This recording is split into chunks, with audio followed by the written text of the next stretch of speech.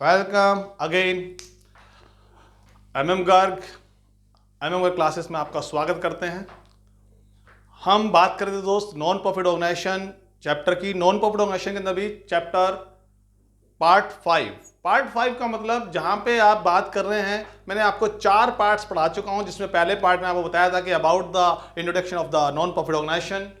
Number 2 part में समझाया था कि कैसे हम अकाउंट की ट्रीटमेंट करते हैं, receipt and payment account and income and expense account. Third part में दोस्त आपको समझाया प्रैक्टिकली कि how can prepare the receipt and payment account. Part 4 में fund based accounting. Fund based accounting भी 2 तरह के फंड होते हैं, एक रिवेन्यूज फंड और एक कैपिटलाइज फंड। रिवेन्यू फंड हमारे कहीं ना कहीं उस फंड को यूज करने में आते हैं, जो हमने पार्ट 4 में समझा चुके हैं, पिछली वीडियो में आप देख लेंगे। पार्ट 5 में कैपिटलाइज फंड स्पेसिफिक फंड है, कैपिटलाइज फंड है। कैपिटलाइज फंड है, इसका मतलब क्या है?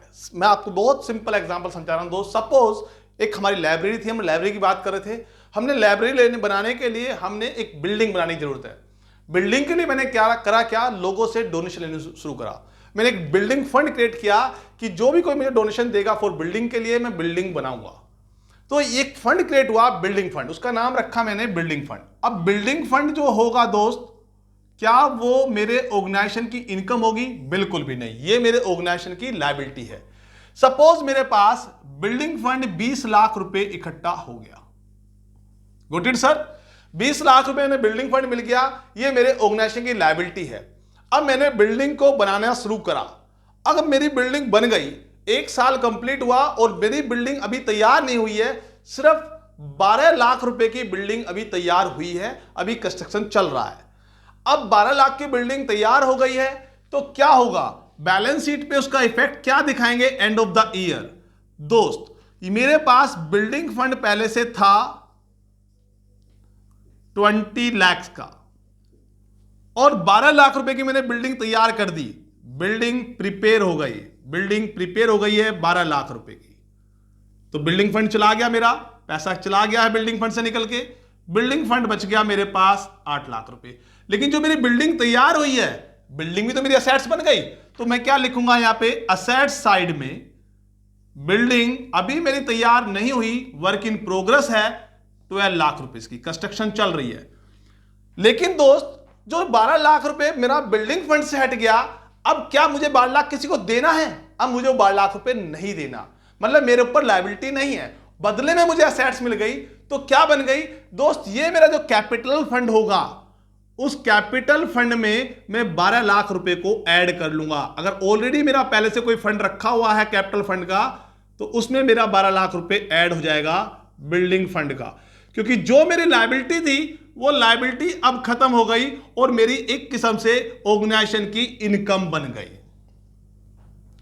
अब बच्चों के दिमाग में क्वेश्चन ये भी आ रहा होगा, सर ऐसे कैसा हो गया? पैसा यहां भी कम हो गया, यहां भी बढ़ गया और यहां भी ऐड कर दिया, कहां हो गया? देखिए लॉजिकल समझिए, एग्जांपल के तौर पर बात करते हैं दोस्त। मेरे पास 20 लाख रुपए लोगों से पैसा इकट्ठा हुआ, तो मैंने जब इकट्ठा हुआ तब क्या लिखा होगा थोड़ा देख लेते हैं। तब मेरी बैलेंस शीट कैसी रही होगी? 20 लाख रुपए मेरे बैंक में आए होंगे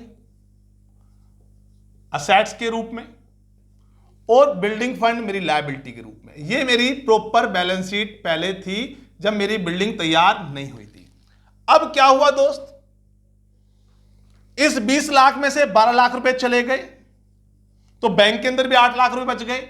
इट मींस मैं लिख सकता हूं मेरा बैंक का बैलेंस भी बचा हुआ है 8 लाख रुपए, और बिल्डिंग फंड भी 12 लाख कम हो गई, और बिल्डिंग फंड कम हुई, 12 लाख कम हो गई, और 12 लाख रुपए बिल्डिंग के रूप में आ गए। और जो ये बिल्डिंग फंड गया है, मेरे ऑर्गेनाइजेशन की एक किस्म से इनकम हो गई है, इसलिए इसको मैं कैपिटल फंड में जोड़ दूंगा। टोटल यहां पे भी मेरा पहले 20 लाख रुपए था बैलेंस शीट का, और अभी भी 20 लाख ही है। अगर थोड़ी सी कंफ्यूजन हो रही है तो एक क्वेश्चन देखते हैं टीएस ग्रेवाल का, क्वेश्चन नंबर 15, जिसके अंदर आपको बिल्डिंग फंड के बारे में थोड़ा सा क्वेश्चन दिया हुआ है। इसको थोड़ा कर लेते हैं और समझने की कोशिश करते हैं अलग केस के थ्रू। 3 केस दिए हुए हैं, कैसे बिल्डिंग फंड का इस्तेमाल होता है नॉन प्रॉफिट ऑर्गेनाइजेशन में और किस तरीके से इसको ट्रीटमेंट करते हैं। राइट दोस्त, चलिए question number 15, case 1।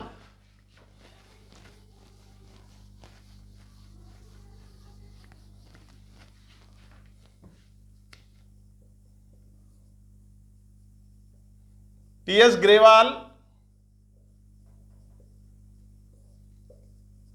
Page number 1.62, edition 2021।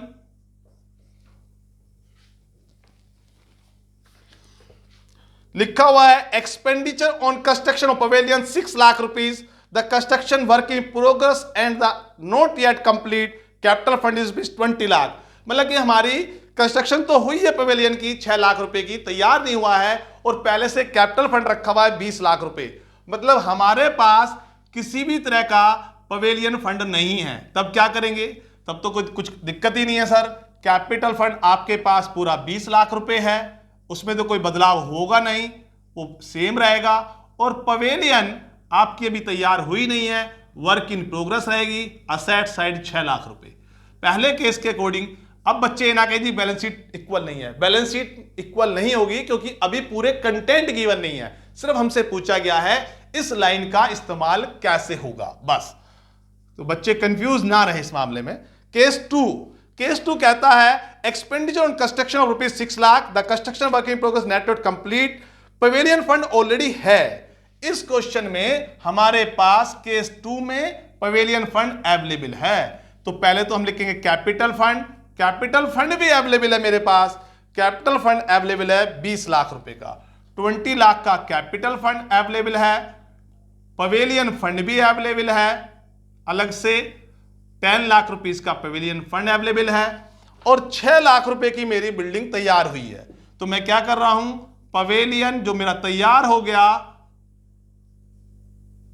Work in progress 6 lakh रुपए का, और पवेलियन फंड 6 लाख रुपए मेरा कम भी हो गया। क्यों? अब मेरी पवेलियन की लायबिलिटी 6 लाख की कम हो गई है, और ये लायबिलिटी मेरी ऐड हो गई कैपिटल में, बिकॉज अब ये मुझे पैसा किसी को देना नहीं है, एक किस्म से ऑर्गेनाइजेशन की लॉन्ग टर्म इनकम है। बैलेंस शीट अभी भी इक्वल नहीं होगी क्योंकि कंटेंट पूरे नहीं है, सिर्फ आपसे पूछा गया है ट्रीटमेंट क्या होगा। केस थर्ड क्या कहता है बच्चे? केस थर्ड कहता है कि आपके पास अगेन पवेलियन फंड है, बिल्डिंग फंड भी है, वो कैपिटल फंड भी है। कैपिटल फंड आपके पास है ऑलरेडी 20 लाख का, आपकी पवेलियन तैयार हुई है, वर्क इन प्रोग्रेस है, 6 लाख रुपए की पवेलियन तैयार हुई है आपकी, और पवेलियन फंड ऑलरेडी आपके पास गिवन था 10 लाख रुपए का।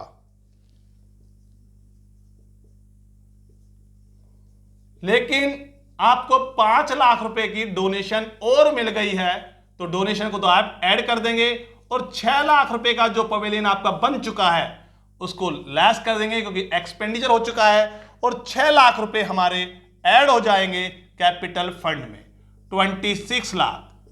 इस तरीके से फंड बेस्ड अकाउंटिंग का इस्तेमाल आप करेंगे। मैंने पार्ट 4 में रेवेन्यू फंड्स के बारे में बताया था, और पार्ट 5 में कैपिटलाइज फंड के बारे में बता दिया। इस तरीके से फंड बेस्ड अकाउंटिंग खत्म हो गई है। अब नेक्स्ट पार्ट में हम कैलकुलेशन ऑफ सब्सक्रिप्शन की बात करेंगे नेक्स्ट पार्ट में। थैंक यू दोस्त, thank you fund based accounting के लिए।